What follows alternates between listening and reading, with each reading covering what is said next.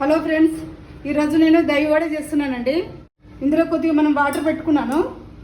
మనం కొద్దిగా సాల్ట్ వేసుకోవాలి. ఇందులో కొంచెం వేసుకున్నాను. కొద్దిగా పెరుగు కూడా వేసుకుందాము.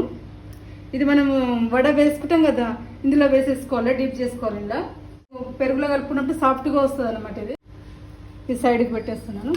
మనం స్టార్ట్ చేసుకుందాము. ఇందులో వేసేసుకుందామండి. ఇది బంద్ చేసుకున్నానండి. 5 నిమిషాలు ఇలాగే ఉంచేద్దాము. స్టవ్ ఆన్ చేసుకున్నాను.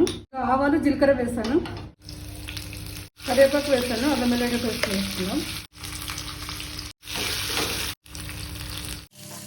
కొద్దిగా సాల్ట్ వేసుకుందాము మనకు దీనికి సరిపడేంత. ఇది మనం ఇలా చేసేసుకుందాము. మొత్తం వాటర్ మొత్తం తీసేసుకుందాము. ఇలా దହି వడ రెడీ అయిపోయిందండి. సబ్స్క్రైబ్ చేయండి.